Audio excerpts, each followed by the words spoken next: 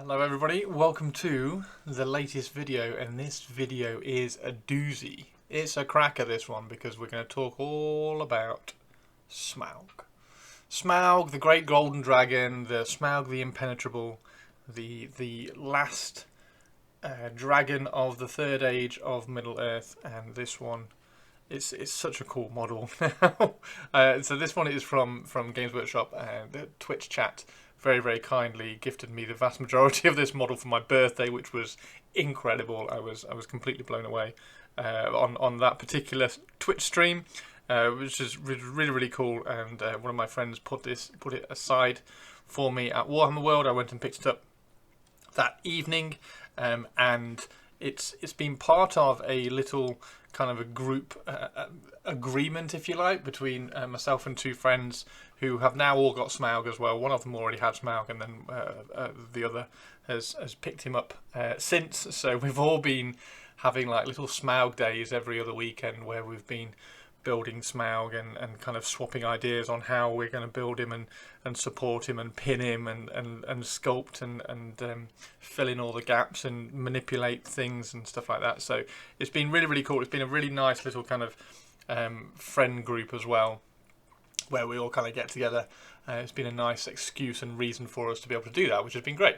So I thought I would do this video and just kind of share some of the experiences and some of the ideas and what I've done to, hopefully you will agree, make this one really cool. Now, the parts arrived. I went through all the parts on stream. There were some of the parts which were slightly damaged, well, two of the parts which were slightly damaged. This one here, for instance, this is a tail piece, and there was quite a lot of stress on this, and it had snapped off the support. You can see how much stress there is when I do kind of remove it, and it just kind of clicks in. So that was a little bit of damage there. So Games Workshop replaced that bit for me, which was very kind of them, and also the neck as well. The neck had quite a bit of mold slip underneath it as well, so they cast me up another one of those. So that was all fine, and we've been building it up now.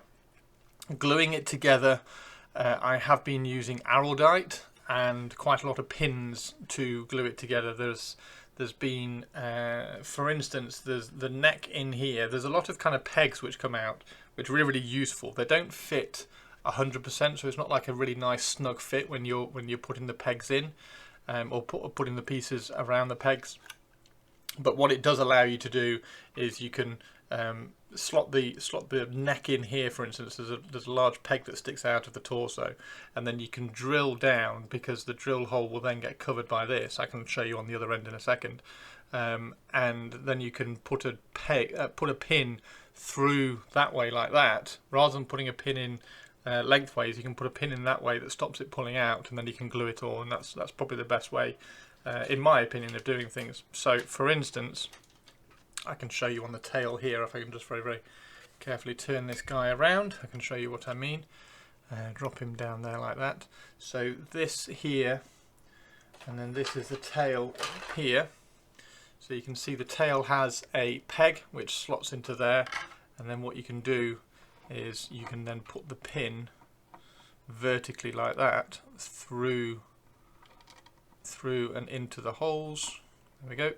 And then that will hold it and stop it out, and then you can cut that off, and another spine kind of slots over there and covers up the hole, so you won't see the hole. So it's just a little bit of an invisible peg, if you like. So I've been doing that on all of those. So the peg goes through, you just hold it together, drill a hole through, and then the peg will hold it in. So make sure the peg goes all the way through there, for instance, like that. You can see how this peg will then go through there and hold it all together. So that's one of the reasons. It's one of the techniques that I've used to kind of plug all this together. So they're 2mm holes, and this is just some 2mm plastic rod which you can get off eBay for absolute peanuts. And I've done this for pretty much everything, and I've even done it for the legs. And you can't quite see here, but there's the leg here has got a little bit of green stuff covering over that scale. So I held the leg in place and then drilled through from this side all the way through. So this leg has a big peg going all the way through it as well, just to kind of give it a bit of support as well. Now the Araldite has been really useful, it's been really good. It has helped fill a few of the gaps, because when the pegs do go in the peg holes, there's quite a lot of slop, if you like. So the Araldite has been filling in that gap, which has been great. Araldite is just an epoxy resin, 2-part epoxy resin. So you have the resin and the hardener, mix it together, and then you can put it on. One thing you've got to be careful of when you are using Araldite is that it does run.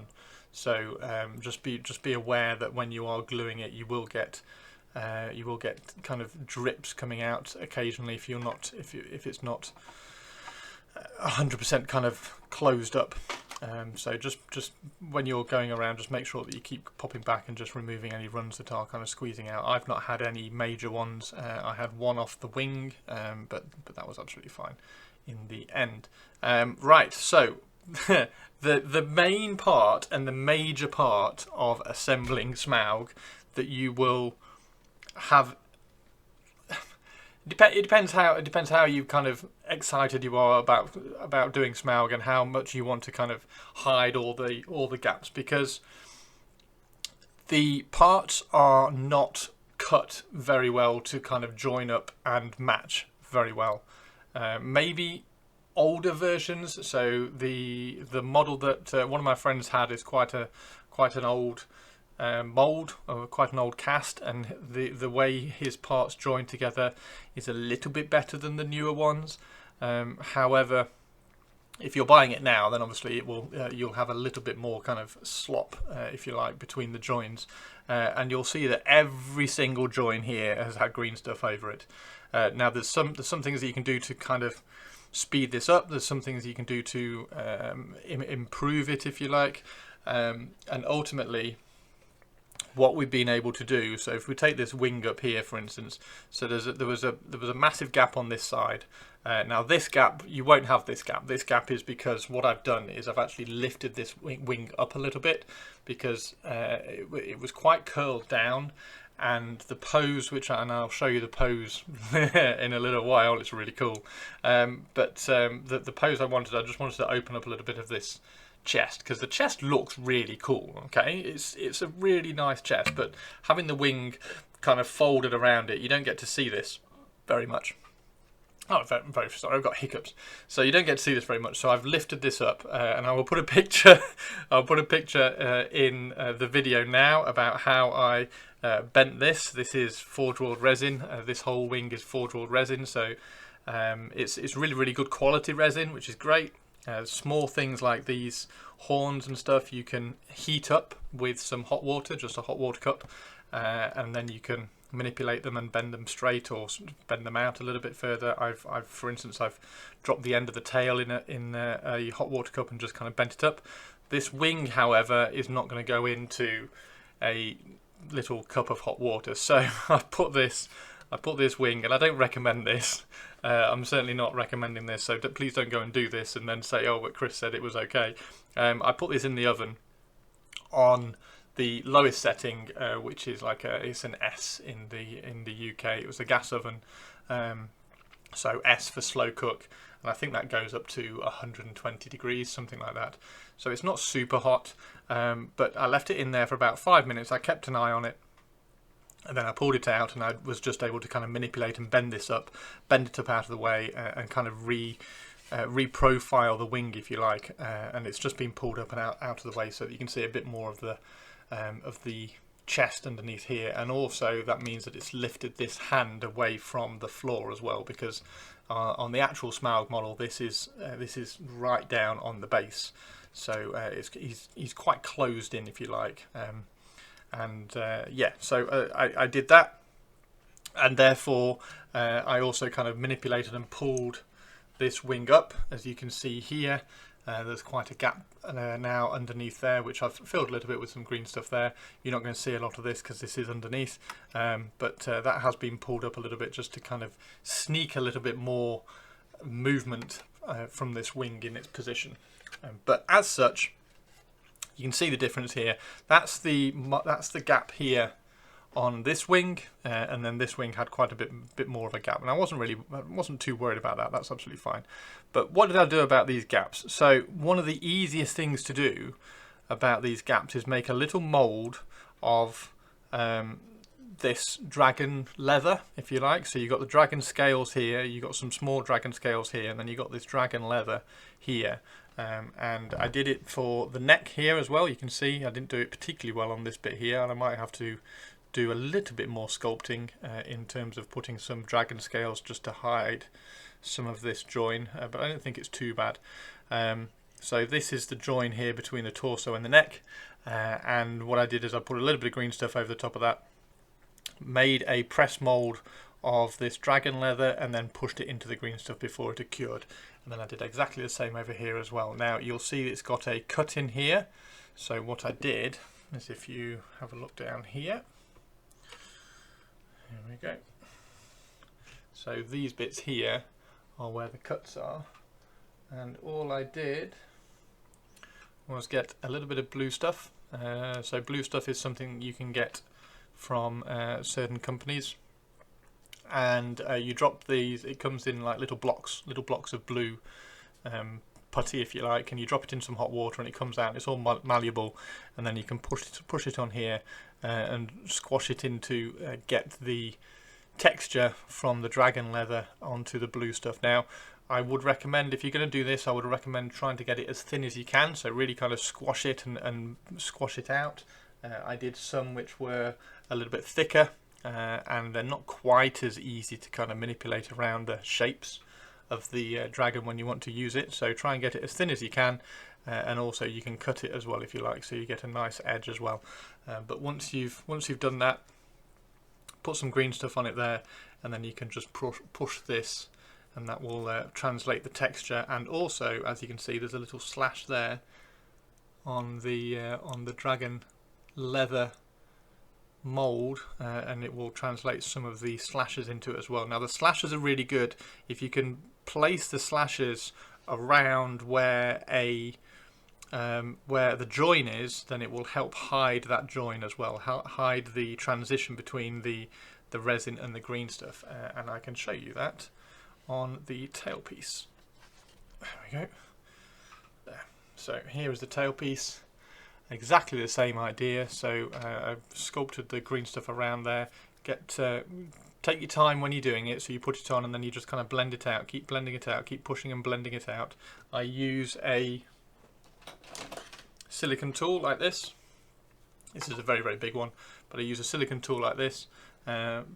Push the green stuff around here, and then just very, very slowly just push it out so that you're slowly blending the green stuff in, and then you can get this, push it around and manipulate it and put the texture back in. But you can see here how you've got the join here coming out, but you've got the transition is kind of eased a little bit because it's got the, so I made sure that I got the, there we go, made sure I got the slash right on the join, and then just kind of squeezed and pushed that out. So that's a really, really good way of helping disguise that that transition. So this is the sub assembly, if you like. So the tail itself is separate. I'm going to paint all of this. I'm going to paint all of this, and then I'm going to glue this on, blend over and sculpt across that bit there, and then paint just that bit. So that's how we're going to be painting Smaug. So we're going to paint all of this, and then we're going to paint the tail, and then we're going to join them together, because I think he is quite large and cumbersome, if you like. I don't think there's a way at all of painting the wings and then gluing the wings on, so I was just kind of like, right, okay, so that is just what we're going to have to deal with when we're painting him, and we'll get to painting later on. So that's how we did the transitions and the dragon leather across here, and exactly the same up here as well. When you're doing it up here, it's really, really good to have a really small piece of this blue stuff, so you can kind of get it in here and push and press that texture in. It's really nice around here as well. And then also what I did on this side, not so much on this side because the wing kind of transfers and creates this valley in here, so you can't really do it. But on this side, I just extended out some of these scales, and the join goes underneath all of these scales, so that's another way that we're hiding that join. So we just extended out some of these scales here, and all I did, rolled up a little sausage of green stuff, put it next to the scale, and then pulled it up into the scale, and then shaped it a little bit on the way out. Now you can see all these have been a little bit sanded, because a lot of these, so this one in particular, this one was quite a large scale. I sculpted that one a little bit too large, so that one's been sanded down, and I just used a file. And now luckily for me, I have an awful lot of files, and I've got this really cool one, which is a flat file here, and then it's got a file surface there. So what I was able to do is put it flat on the wing here, sculpt and file the edge of the scale, but not damage the wing. So that's a really kind of trick file, which is just in my collection. Other things that we can do to help that transition across the join, you can see that we've added some of these dragon scales here, which is just kind of carrying on from these. So you got all these here, then you got the dragon leather, and then you got some of these just kind of breaking into and just helping this transition across onto the wing. So that was a really cool idea. And then I also used these dragon scales here to sort of help this transition across here. Now I had to do quite a lot of green stuffing in here, because like I say, I lifted this up, so there was a huge gap underneath here, so that's all been filled with green stuff and milliput and everything, and then tried to pull some of these muscles out onto the neck, and then covered that transition with scratches here. So you've got some cuts, and then you've also got some large scales that carry on from this wing down onto that transition, just to kind of hide that as well. Now there are certain areas, I don't know whether you're going to be able to see it, there are certain areas in here which I've used Vallejo modelling putty. You can't quite see it, but they're white in there, just because it's pretty impossible to try and get in there with some green stuff. So the Vallejo modelling putty is this stuff, plastic putty, and it's water soluble, so you can just squeeze that into the area and then get a wet brush and just kind of smooth it out, and that goes in really well. So for some of the harder to reach places, I don't know whether you can see on that side, there's a little bit, you can see a little bit in there, but the jaw doesn't particularly fit very well onto the end of the neck, and you get quite a gap underneath there, right in there, so you just kind of squeeze a little bit of plastic putty in there, and that helps all that out. Same with the claws. Claws just have a pretty weird fit. They don't really orientate really very well. It's a bit of an odd one, and nothing really kind of flows and follows any sort of pattern. So all I did is I just sculpted some scales over the join, and then the join goes away. Now this one has actually been twisted a little bit. So on the actual Smaug model, it's I think this is touching down on the base. I wanted a little bit more kind of reaching out, because this wing has been lifted up, so that's been turned a little bit anyway. But same again, you just roll up some little balls of green stuff, push them down there, and then flatten them with your tool, and position some more around there. So that's really cool. The only other thing is these bits here, and this was really easy to do. We can actually zoom in on this a little bit so that you can see. So these ones were really easy to do. You just run a very small sausage, roll a really long, small, thin sausage, run it along this join line, and then you can quite simply, with a smaller sculpting tool than this, just manipulate and create these little scales that follow on from the scales that are on the neck up onto these spines here, which is really easy. Exactly the same on all of these. Just run a little bit of manipulation on those down there, and then the same on here. It's a little bit difficult, but a little bit more difficult on here because you've got the spines sticking up. But yeah, there we go. So you'll see that some of these again have been manipulated after it's dried, and that was just because I didn't quite get a smooth enough finish on the top side of these, so they were just kind of sanded a little bit. But for instance, that one's really nice, and it's got a nice sharp line on it, and then the same on this side. I didn't put too many on this side actually. A because it's on the back side, and B, I didn't think this transition was too bad compared to this one where I had all this green stuff to try to kind of blend in. I may still put a couple of little scales here just to hide this transition as well, but you can see another cut there just to help that transition across. Yeah, so there is Smaug himself. Now you may be wondering, or you may not be wondering, what is going on with his base, because I've been talking quite a lot about kind of pulling this wing up out of the way and everything. And one of the things that I wanted to do was not use his base. So this was actually quite funny, because I put pictures of this on social media and just said that I bought a £400 Smaug model just for objectives.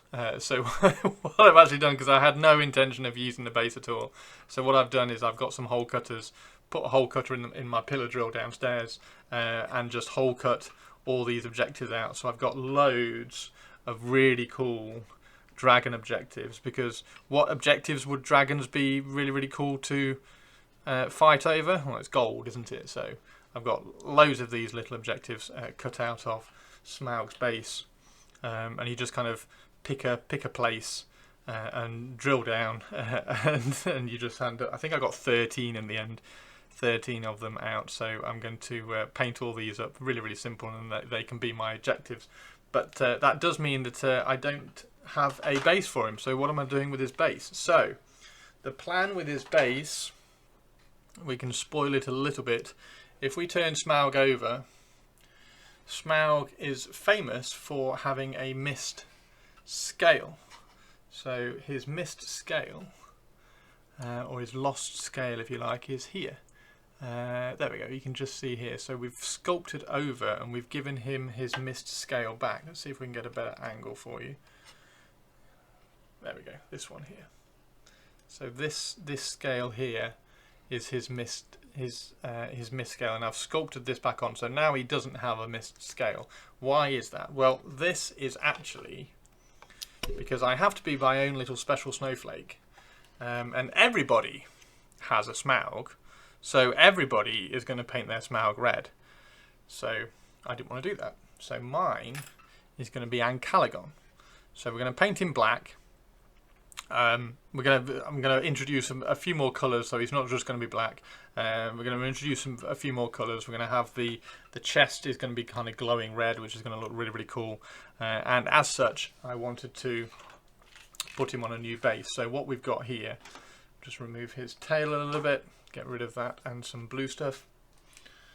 So what we've got here is Ancalagon's base. So he's going to sit there like that. And you can see how much more space it gives underneath him as well, so that you can see much more of his chest and everything. So that's going to be his base. This is also going to fit inside a slightly larger display base. Excuse me. There we go. It's also going to fit into a slightly larger display base as well. So this is the base, and I'm going to be working on this weekend on our next kind of Smaug meetup, if you like. But that's how he's going to sit on his base. We've just got some sculpting to do on this, and then also to push the scale a little bit. What I'm going to do on the base is I'm printing out some half-scale elves. So that's a little half-scale Noldorian exile, if you like, something from the Second Age, and so they're going to be. So Smaug is going to be on his base here like this, or Ancalagon is going to be on his base, and then these are going to be on his actual base, just to kind of push the scale and the sense of scale a little bit more.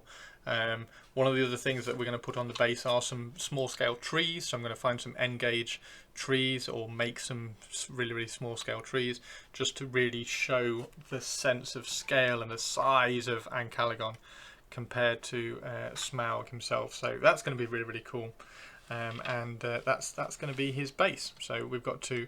I'm going to sculpt. We've got some cliff faces down here. I've got to sculpt. I'm going to sculpt some milliput all over the top of this, and then texture it all. It's going to be really good. These are just kind of leftover bits of green stuff from all this sculpting when I've got a little bit left, which has cured a bit too much to be able to make these scales. So they just kind of get pushed into the top of this. Yeah, so that is Smaug there. That's him going to be sitting on his base there like that, looking absolutely badass. Yeah, I'm really looking forward to seeing him kind of all together. I think that's everything I wanted to talk about with Smaug. He is a really nice model. If you haven't got it and you are thinking about it, I would recommend getting him. I don't think there's any qualms or any trepidation with getting him or anything. There is one last thing that I wanted to talk about, actually. His wingtips. So on his wings here, we have some wingtips. And we haven't put these on yet. There we go. So we've got these little wingtips here, and these fit on the end of the wings. So you can see there's a little kind of a cutout, and then these wingtips just kind of fit on there like that. Now there are a couple of different ways that you could approach this, and I'm not entirely sure which way I am going to approach it. Now I could, well, there's three ways I could approach it. You could just glue them on, or I could put a tiny magnet in there and then magnetize them so that if you knock them, they just kind of like ping off, or they bend and then they magnetize back on. Or I could put a peg, a really long peg down into there, and then kind of push them in, and then if they do get kind of knocked or nudged, then it will just bend the pin, and then you can straighten the pin, and then they're back to where they were. Now one of my friends who already has Smaug, he glued all of his on, and probably 50% of them are kind of snapped off already. So they don't snap off on the join; they actually snap off just above the join. So you can see where the tips kind of cut in. So this is the weak point here. So they end up snapping off there. So I'm not entirely sure what to do. I think the clever way to do them would just be a tiny magnet. So you can put a tiny magnet in there, and then they would just like clip in. Because you could get like I think you could quite easily get like a 1mm magnet in there. You could get a 2mm magnet pretty much. So you could put a 2mm magnet in there, and that would be absolutely plenty, and you would still have that little registration notch so that it would sit there straight. So I don't know, that's the one thing that is left on the model that I'm not entirely sure about how I'm going to address it. If you have any ideas, or if you've already built Smaug as well, and you've addressed this in a different way to how I might be thinking, then please drop a comment down below, and then I can share that with my friends as well when we get to finishing off building Smaug. So that is my plan. That's my plan. That is my Smaug, soon to be Ancalagon with the I think the half scale elves and men are going to be really cool in terms of kind of really showing the sense of scale. And yeah, if I could, it would be an absolutely teeny tiny elf, because we know Ancalagon is enormous. But yeah, I thought just half scale would just be a nice little nod, just to explain and show that Ancalagon is absolutely huge. So that would be really fun. He's going to have a few of those on his base, and then even more on the display base. The display base is going to be just a little bit bigger, probably something like I don't know, maybe half the size of A3, something like that. Just to give his base somewhere to sit, maybe A4. So his base can sit in a nice display base. I think that would be really good. Yeah, there we go. So there is Smaug. If you've got any questions, please drop it. You are more than likely to drop a comment down below, and that would really help YouTube algorithms as well. Drop me a like and a subscribe. And if you have any direct questions that you want to ask me live, then you can catch me on YouTube or Twitch pretty much every day. I'm live most days of the week, and that's on this channel. Or if you want to watch on Twitch, it's twitch.tv/Chris Frosson as well. You can find me on Instagram and YouTube, Instagram and Twitter, sorry, as well. So you can find me on all of those. And yeah, so there is my Smaug, soon to be Ancalagon the Black. What do you think? Thanks very much, everybody. Take care. Bye bye.